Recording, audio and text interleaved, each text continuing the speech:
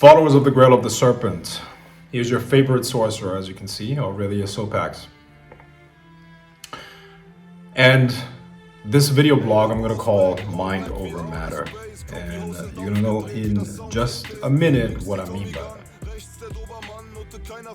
And before I begin, let me read you something. This is a post that I made a while ago in my Facebook group, Grail of the Serpent Inner Circle.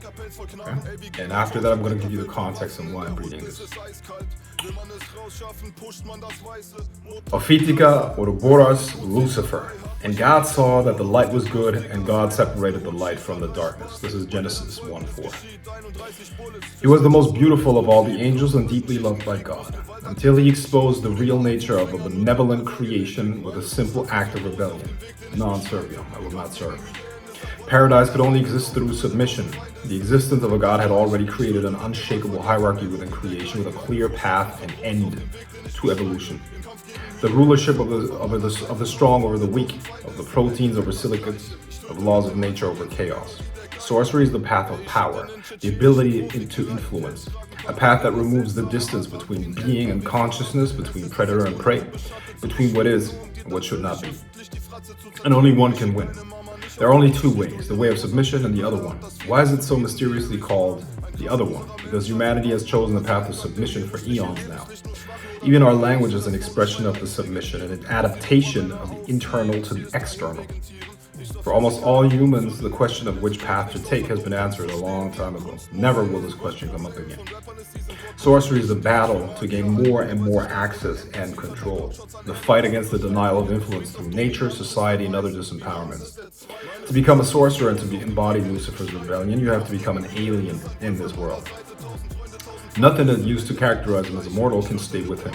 Was he a materialist? And this is the key part of it, okay? Was he a materialist? Then he explores materialism to its core. What remains is a pseudo-religion of fear, born out of the intention to protect oneself against scarcity and the unknown future.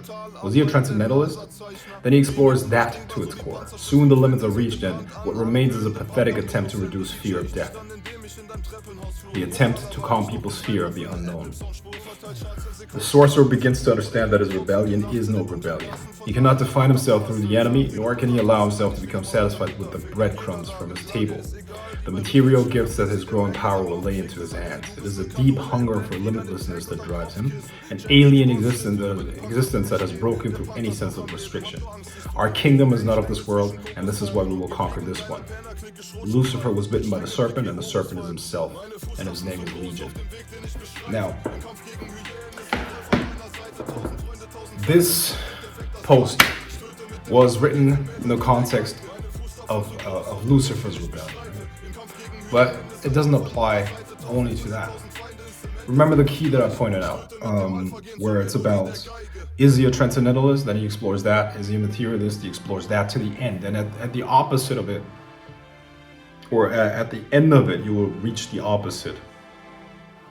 Meaning, you will always found that any type of idea, truth, and conviction in this world is not an absolute, because absolutes don't exist in this physical universe. Now, what is all of this supposed to tell you?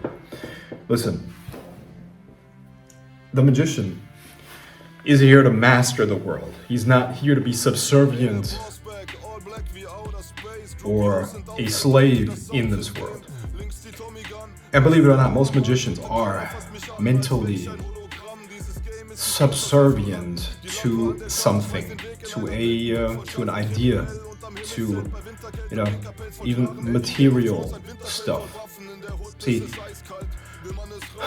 the subtle is senior to the mundane or the coarse, which means mind over matter. Mind rules matter. And when I say mind, I'm not talking about your thoughts. Your thoughts are already the consequence of something else. What causes the thoughts? It is the frequency that expresses itself through emotion, and emotion then triggers thought. You are a tuning fork. Tuning forks have the ability or the characteristic that they will start vibrating in harmony with another tuning fork in the same room.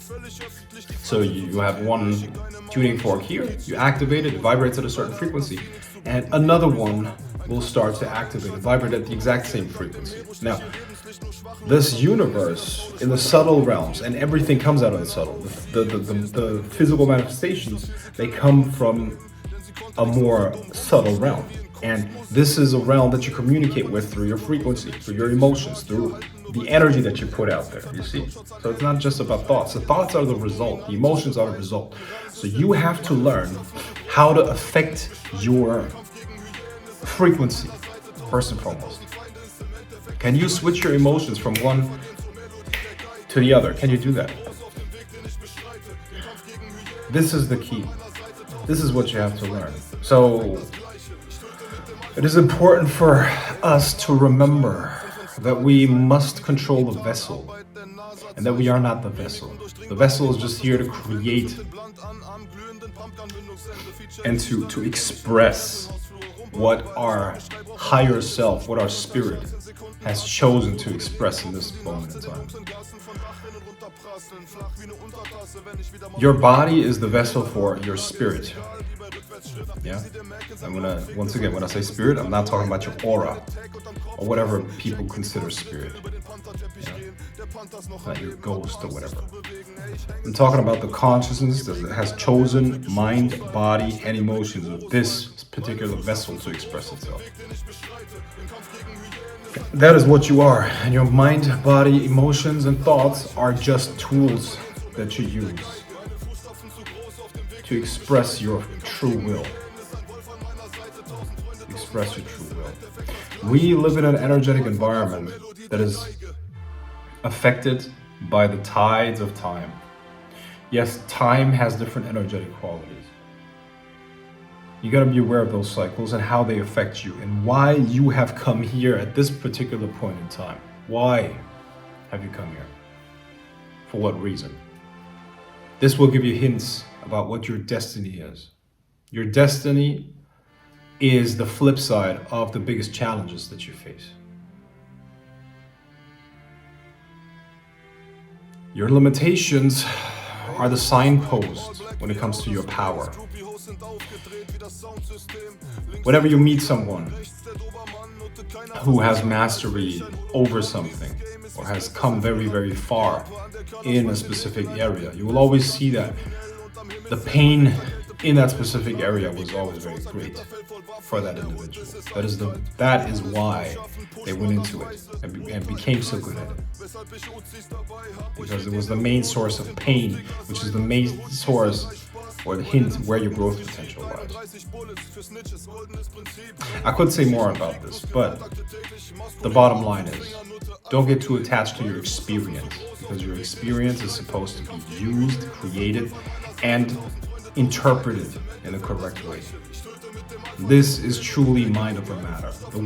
Most people's consciousness is so underdeveloped that they are trapped in physical objects.